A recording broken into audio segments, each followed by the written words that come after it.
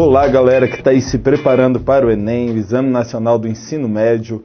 Viemos aqui ligados à ULB, um projeto que vai facilitar bastante o ingresso de vocês nesse projeto maravilhoso que vem garantindo aí o ingresso nas melhores universidades federais do Brasil.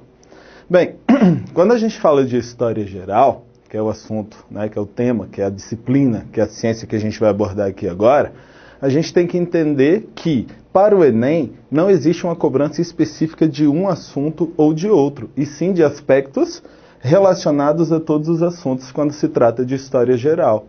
Tanto que, como vocês já podem observar desde já, aqui a gente está abordando para este curto espaço de orientação para vocês fazerem a provinha de vocês agora, no início do mês de novembro, a gente pode perceber que aqui estão sendo abordados diversos assuntos, mas sempre relacionados ao mesmo bloco, ao mesmo aspecto, que é o quê? A economia que rege o mundo desde o século XIX. E a gente vai destacar aqui o século XIX, o século XX, como determinantes para a base do mundo contemporâneo, para a economia que nos rege agora no século XXI. Bem, quando a gente trata ali da chamada Segunda Revolução Industrial, a gente tem como principal motivo para que ela tenha ocorrido exatamente que fatores? Primeiro, o avanço de uma classe social que desde a Baixa Idade Média surgiu e que quando ela surgiu ali no século XII, ela já estava relacionada a um projeto econômico vinculado essencialmente ao comércio, com toda a sua influência oriental, com toda a sua relação com o mundo oriental, mas que estivesse garantido a uma classe inicialmente marginalizada a sua progressão. Vimos ali que na Idade Moderna, esta mesma classe social, que era a burguesia, ela entra no novo status ao aliar-se, ao aproximar-se do Estado, que o Estado, no período da Idade Moderna, no regime absolutista, era o próprio rei. Qual seria a função da burguesia, no caso, no que se refere ao antigo regime, no que se refere ao Estado absolutista, no que se refere à figura real? Qual seria a função dessa classe social? Liderar, na prática, o mercantilismo. O que seria o mercantilismo? Quais seriam os princípios dessa atividade econômica que marcou essencialmente o antigo regime? Para quem não se lembra, vamos lá. Havia o metalismo, que era o enriquecimento do Estado a partir do acúmulo de metais preciosos. Havia o protecionismo, que era o incentivo ao consumo de produtos provenientes do próprio Estado, seja ele Portugal, seja ele Espanha, seja ele um pouco mais tarde a Inglaterra e a França, e que não estivesse havendo a disposição de metais preciosos, que era o sinônimo dessa riqueza, de acordo com o princípio do metalismo, a outros estados que não fosse o próprio de quem consumia aqueles produtos. E além disso, outro princípio que determina as práticas mercantilistas era uma balança comercial favorável. E dessa necessidade de uma balança comercial favorável em que a exportação deveria superar a importação, houve, consequentemente, as grandes navegações que culminaram no processo de colonização, principalmente do continente que, a partir do século XVI, foi chamado de América, Mas esse é o contexto que se torna básico para que a gente entenda os motivos que culminaram na eclosão, no evento denominado Segunda Revolução Industrial. Bem, como é a segunda, a gente tem que entender como ocorreu a primeira. Quando a gente fala desse projeto absolutista, desse princípio, desse Estado, dessa característica política do antigo regime, a gente tem que entender que, enquanto uma França da dinastia Bourbon tinha um absolutismo severo, enquanto Portugal, desde a dinastia de Avis, lá com João I, também assumiu um absolutismo conservador, um absolutismo de controle sobre todas as sociedades. Enquanto tinha uma Espanha entrando nas grandes navegações apenas no finalzinho do século XV, mas que também assumiu um caráter absolutista, a gente entende que na Inglaterra, principalmente a partir da dinastia Tudor, para quem não se lembra, a partir do rei Henrique VII, seguido ali pelo rei Henrique VIII, o absolutismo assumiu um caráter diferente. Enquanto Henrique VII, com características tradicionais, estava ali regendo um Estado absolutista com características católicas, equivalente a França, equivalente a Portugal e a Espanha anteriormente citados, a gente tinha em seu sucessor, graças a um evento relacionado à Reforma Protestante, o ato de supremacia, né, uma nova posição absolutista. Este ato de supremacia tornou o rei chefe tanto do Estado, ou seja, da Inglaterra, o rei da Inglaterra, tá, um poder absoluto voltado à sua figura, quanto, né, chefe da Igreja Anglicana, que acabara, né, de se separar naquele momento da Igreja Católica, representada naquele instante pelo Papa Clemente VII. Bem, por que a gente tem que citar a Inglaterra antes de falar da Segunda Revolução Industrial? Porque foi lá que, graças a mudanças políticas, houve reflexos diretos, tanto na sociedade quanto na economia. Vamos entender como foi? Bem, em 1649, houve um evento conhecido por Revolução Puritana. Por que ela vai receber esse título de Revolução Puritana? Os puritanos eram, na verdade, os calvinistas, que, para quem também não se lembra, os calvinistas eram aqueles que seguiam uma fração ali da religião protestante que estava vinculada exatamente à classe social burguesa. E quem eram esses calvinistas? Eram aqueles mesmos que, na Escócia, eram chamados de presbiterianos, na França eram chamados de huguenotes e na Inglaterra eram chamados de puritanos. Então, quando a gente fala da Revolução Puritana, a gente está relacionando diretamente a ação da classe social burguesa. O que a gente tem que entender aí, então, em relação a esse evento rumo à Revolução Industrial? É que essa Revolução Puritana, ela era uma reação contrária a um absolutismo que foi restaurado na Inglaterra a partir da chamada dinastia Stuart, que entrou no poder no momento em que a dinastia Tudor caiu em virtude, né, da condição da então Rainha Elizabeth I, que, por ter recebido o título de Rainha Virgem, logicamente não gerou herdeiros diretos. Nesse contexto, a dinastia Stuart assume no lugar da dinastia Tudor. Qual a consequência para isso? Qual a consequência? Uma dinastia severa novamente assume a Inglaterra e a burguesia, que já estava encontrando condições mercantilistas, ou melhor, condições econômicas melhores dentro da Inglaterra, acabou se vendo limitada por essa dinastia tradicional que foi implantada na Inglaterra. Resultado, veio uma revolução burguesa, a Revolução Puritana. E é aí que está o X da questão para o avanço industrial, porque foi graças a essa chamada Revolução Puritana que, com a queda do segundo rei da dinastia Stuart, o Carlos II, houve, enfim, o acesso de um burguês ao poder, ao Estado inglês, que foi o Oliver Cromwell. O que a gente tem que entender aí na figura do Oliver Cromwell? Ele, por representar, né, a burguesia no poder ali entre 1649 e 1658, olha só, a gente está voltando lá no século XVII para entender o século XIX e o século XX. Então ele, quando esteve no poder em pleno período de 1649, o ano da Revolução Puritana, até o ano de 1658, ele esteve exercendo projetos econômicos e sociais que estavam vinculados exatamente aos interesses, às práticas como a burguesia. Um exemplo claro disso foram os atos de navegação, em que a burguesia inglesa começou a progredir quanto às práticas mercantis vinculadas a uma produção têxtil absurda que a Inglaterra estava praticando. E o que garantia a base para essa produção têxtil inglesa? O que garantia a base para essa produção têxtil? Exatamente uma prática da chamada política de cercamento. O que seria essa política de cercamento? O burguês, né, burguês inglês, ele teria acesso a propriedade sobre terras, ou seja, propriedade privada. Lembrando que no período absolutista todo o território pertencia ao rei de um estado, todo o território pertencia ao estado, pertencia ao rei, e a partir dessa prática da política de cercamentos, essas frações territoriais tornaram-se propriedade da burguesia. Seguindo esse contexto, nessas propriedades a burguesia tinha condição de criar suas ovelhinhas e, a partir da criação dessas ovelhinhas, extraía lã e garantia uma produção têxtil absurda.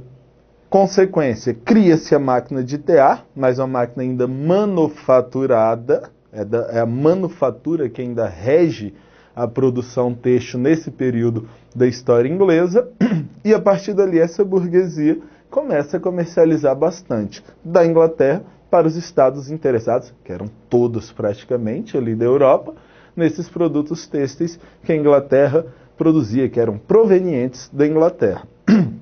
Beleza, em 1658 Cromwell morre, Oliver Cromwell morreu, tá? A dinastia Stuart, diante daquela instabilidade política da imatura República de Cromwell, único período republicano da história inglesa, tá? Não tinha estabilidade suficiente para conter o avanço, tá, do retorno da dinastia Stuart, e Carlos II, filho de Carlos I, assume o poder novamente. Consequência, a burguesia já começa a buscar uma nova reação contra aquele absolutismo tradicional que estaria regendo novamente a Inglaterra. Sucedendo Carlos II após sua morte, seu irmão Jaime II assumiu o poder. E o Jaime II ele vai representar exatamente essa reação da burguesia. Lá na Guerra dos 30 Anos da Holanda contra a Espanha, com a participação francesa, a Holanda conseguiu a sua independência do controle espanhol. Consequência, essa Holanda conseguiu a sua independência liderada exatamente pela burguesia. O que a gente deve entender então a partir daí? Que essa burguesia, né, que representava a Holanda, né, vai também, no momento em que houve a segunda fase da Revolução Inglesa, a Revolução Gloriosa, ela também acabou garantindo a sua penetração no Estado inglês. E o que representou essa penetração da burguesia no Estado inglês? O casamento do príncipe holandês Guilherme de Orange, tá, com a filha do segundo, né, rei do retorno da dinastia Stuart, que foi o Jaime II, né, o quarto rei da dinastia, quando a gente vai falar de todas as fases, tá? Que se chamava Maria de Stuart. Então, Guilherme de Orange casou-se com Maria de Stuart. Isso representa a aproximação, ou melhor, a entrada da burguesia no Estado inglês. O que é interessante a gente saber a partir daí, que em 1689, tá, houve a chamada Bill of Rights, a Declaração dos Direitos, que garantiu uma nova estrutura política em Inglaterra. O que rolava a partir dali? A gente tinha, a partir de então, uma burguesia compondo o parlamento inglês que estaria disposto a limitar a ação, tá, do rei. O poder real passou a ser limitado pelo parlamento. Então essa é uma característica legal que no momento que a gente vê a progressão da produção ali no finalzinho do século XVII, destinada ao comércio que favoreceria o lucro da burguesia, a gente entende também que no momento que essa burguesia ascende ao poder inglês, ela também vai ter a liberdade de produzir para o comércio. Isso daí são os passos rumo à Revolução Industrial. Primeira Revolução Industrial que ocorreu em 1750, meados do século XVIII, tá? Com interesse claro, com interesse evidente de quê? De garantir o progresso da produção destinado ao progresso do lucro. Produzir mais para vender mais, para lucrar mais. Aí vem a Revolução Industrial. Da manufatura têxtil à maquinofatura têxtil. E a produção inglesa ganha força. E aí tem todo o contexto relacionado. Então, tudo isso que a gente comentou até agora é para entendermos como que esta, né, tal indústria, essa indústria que se torna maquinofatureira, garante o lucro destinado à burguesia. E a burguesia, tendo este lucro, ó, vai progredir bastante. Existem vários fatores, não somente econômicos, mas também ideológicos relacionados a esse movimento que foi a Revolução Industrial, fatores também políticos, fatores, evidentemente, também sociais. Tá? Mas como que a gente vai chegar aqui nesse tema da aulinha de agora? Entre os séculos XIX e o século XX. Porque essa indústria que marcou ali o início da progressão da Inglaterra, né, como um Estado burguês voltado a interesses econômicos, que de acordo com Adam Smith, né, um dos grandes pensadores aí do iluminismo, tá, garantiu a essa burguesia o lucro a partir do chamado liberalismo econômico, em que a burguesia tinha liberdade de produzir, comercializar e, consequentemente, lucrar sem a intervenção do Estado. A gente percebe que, nesta chamada Segunda Revolução Industrial, essa produção, esta maquinofatura ultrapassou as fronteiras inglesas. E praticamente toda a Europa Ocidental, muito ou pouco, acabou se submetendo a essa maneira, a esse aspecto de produção, a essa estrutura de produção que era a maquinofatura, sabe? E aliado a essa ascensão para a Europa, houve também países fora da Europa, cruzando ali o Oceano Atlântico, né? Os Estados Unidos, surgidos ali no final do século XVIII, em 1776, né? Também atinge, graças à intervenção estadunidense, ainda já no século XIX, acaba atingindo também o Japão que sai da chamada doutrina Shogun e assume ali a chamada Revolução Meiji ou Era Meiji, que é o Japão industrializado, e essa indústria ascende a vários países, todos eles situados ali no hemisfério norte. Então essa segunda revolução industrial, a gente vai dar uma importância muito grande para ela, para entender os aspectos econômicos do século XIX e do século XX, tá? Em virtude de todos esses acontecimentos que foram causadores do evento conhecido por Segunda Revolução Industrial. Mas além, é claro, desses motivos causadores, há também as suas consequências. Como será que aqueles países adequados a um modelo de produção industrial que destina uma produção em maior escala para o comércio em maior escala, diante de um hemisfério que é insuficiente para tanta produção, para tanto consumo e também para oferta de matéria-prima, mas como será que aqueles países do hemisfério norte acabaram se comportando, tá? Como eles acabaram se comportando no que diz respeito aos seus interesses econômicos? Eles começaram a disputar. Disputar o quê? Terras situadas num hemisfério que, na visão capitalista, ainda não estava desenvolvido, que era o hemisfério sul. Aí a gente vê a ação dos Estados Unidos, a ação imperialista estadunidense, tá? Exercida sobre toda a América Latina, visando explorar o quê? Matéria-prima, mão de obra e mercado consumidor. Doutrina Monroe, América para os americanos.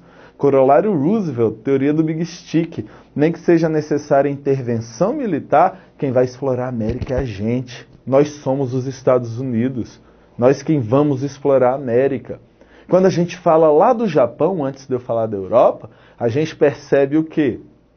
A gente percebe a ação de um país recém-submetido, recém-convertido à produção industrial. Aí a gente percebe que este país chamado Japão também vai ter as suas ondas de influência. Também vai ter o seu interesse vinculado a conquistas de terras na Ásia para garantir, a partir dali, o quê? Exploração. Visando o quê? Matéria-prima, mão de obra, mercado consumidor, recursos naturais. Isso vai resultar em práticas ligadas à Primeira Guerra Mundial, à Segunda Guerra Mundial, sempre disputando territórios. Sempre disputando territórios para quê? Para explorar aquilo que é essencial, que é básico para a indústria. Tá? E na Europa, a partir da chamada Conferência de Berlim, divide-se a África para quê? Para que as potências europeias pudessem explorar ferozmente aquele território. Qual era a justificativa para isso? A civilização, o darwinismo social, o europeu mais evoluído que os outros. O que, é claro, como bem sabemos, e o Enem adora abordar isso, não é bem verdade. Cor da pele, né? Isso não define a evolução de ninguém. Isso não está associado à evolução de ninguém. E o Enem vai abordar isso direta ou indiretamente, como sempre vem fazendo. Tá? Bem, então quando a África foi dividida, principalmente França e Inglaterra estavam dispostas a dominar diversos daqueles territórios. De onde? Do continente africano. Fracionado por quem? Pela Europa. Para quê? Para a exploração europeia. França e Inglaterra, muita terra. Existiam dois países recém-surgidos. A Itália, que surgiu como Estado unificado, uma monarquia constitucional ali entre 1860 e 1870, e a Alemanha, né, de Otto von Bismarck, o chanceler de ferro, aquele que representava a figura do Estado, que era Guilherme I, que garantiu o processo de unificação alemã. Esses dois países tiveram poucas terras. Consequência, aliaram-se, além de uma Áustria-Hungria, tá? Que também não estava tão beneficiada, né, pelas decisões da Conferência de Berlim, se aliando em busca de quê? Em busca de terras. Rola, a partir dali, a chamada Primeira Guerra Mundial. Aspectos econômicos associados. Olha o capitalismo em progressão. Acaba a Primeira Guerra, né, esses chamados, os impérios centrais acabam derrotados, inicia-se o período entre guerras, em que a gente vai ver a ascensão do comunismo a partir, né, da União Soviética, que desde a Revolução Russa de 1917 ensaiava sua construção, né, a sua formatação. Em 1924 iniciou-se ali o stalinismo e a disputa de uma progressão do comunismo com uma oscilação do capitalismo na chamada crise de 1929, a Grande Depressão, né, associada ao craque da Bolsa de Valores de Nova York, acabaram sendo básicos para quê? Para que se erguessem regimes totalitários, o nazismo e o fascismo, nos países do eixo se aliassem e os interesses econômicos vinculados à Segunda Revolução Industrial fossem acendidos novamente. O que acontece então a partir daí? No momento em que esses interesses associados à consequência da Segunda Revolução Industrial entraram em evidência, qual foi a consequência? A eclosão de uma nova guerra. Eram países fortes. Você via ali quem? Alemanha, Itália e Japão, os países do eixo, né, o eixo Roma, Berlim, Tóquio, lutando contra países fragilizados pela crise do capitalismo em 1929, pelo pós-Primeira Guerra. Entenderam? Que foram quais? A França e a Inglaterra. Só que esses países do eixo cometeram alguns equívocos. Avançaram contra a União Soviética, que estava quieta, e ainda tinha um pacto de não agressão, Ribbentrop-Molotov, o pacto germano-soviético, né, entre Stalin e Hitler, entre a União Soviética e a Alemanha. A União Soviética estava quieta e foi invadida ali em 1941. Os Estados Unidos estavam quietos, apesar do presidente, né, então presidente dos Estados Unidos, Roosevelt, está disposto a avançar sobre terras, mas estava quieto na dele. Os países do eixo avançam contra o Japão, representando os países do eixo, avançou contra Pearl Harbor, Estados Unidos entrou na guerra. Hitler avança sobre a União Soviética. Ambos os países do eixo derrotados. Consequência, né, os aspectos econômicos que vincularam a princípios imperialistas que culminaram na eclosão de duas guerras, mais uma vez coincidiram com a derrota do protagonismo alemão. Daí vem o pós-guerra, em que a gente percebe uma União Soviética fortalecida, né, principalmente a partir da Conferência de Yalta, com o Oriente todo destinado aos seus interesses. A gente vê os Estados Unidos fortalecidos também na Conferência de Yalta, vinculado, né, ao controle da influência sobre o Ocidente. Isso dá início à chamada Guerra Fria, que em seu final, né, quando houve o final da Guerra Fria, que está associado, claro, ao final da União Soviética, a gente vê um mundo bipolar, Estados Unidos capitalista, União Soviética comunista, tornando-se um mundo multipolar. É a progressão do capitalismo, são organismos comerciais, são relações neoliberais, são características que a gente vê aqui no século XXI como determinantes, né, para a nossa base econômica. Galera, espero que tenha sido válido aí essas nossas orientações, espero que tenham sido realmente válidas a todos vocês, tá? Espero que vocês mandem ver na prova do Enem aí. Valeu, professor Eric Surjan, de História, estamos aí. Um abraço.